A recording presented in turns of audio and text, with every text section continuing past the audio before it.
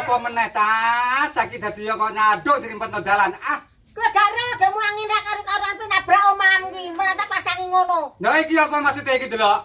Oh, tambahe pak angin kuwi. Angin kok mbok tambah iku mosok ana critane lek ketemu iki aku. Ah, dadi yo. Apa omahmu rubuh? Ora ono, tolak balak ora ono. No didinggon wis ora ono. Ah, Jare mrano. dadi Lah yo. omahmu rubuh gak diton kowe. Dikan. Apa ngerusuh. Ah, olah gek iki temen iki tolak balak apa ngono. Ora ono tolak balak, ora ono. Tene. Ana.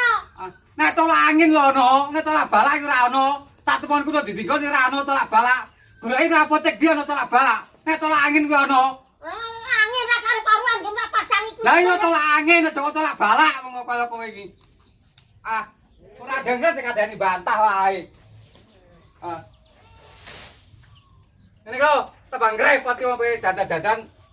Ah, dadi. Dadan apa menakono kok repot. Tuh. Ah, lihat. Ora minggir ora ana tengah lawang kok.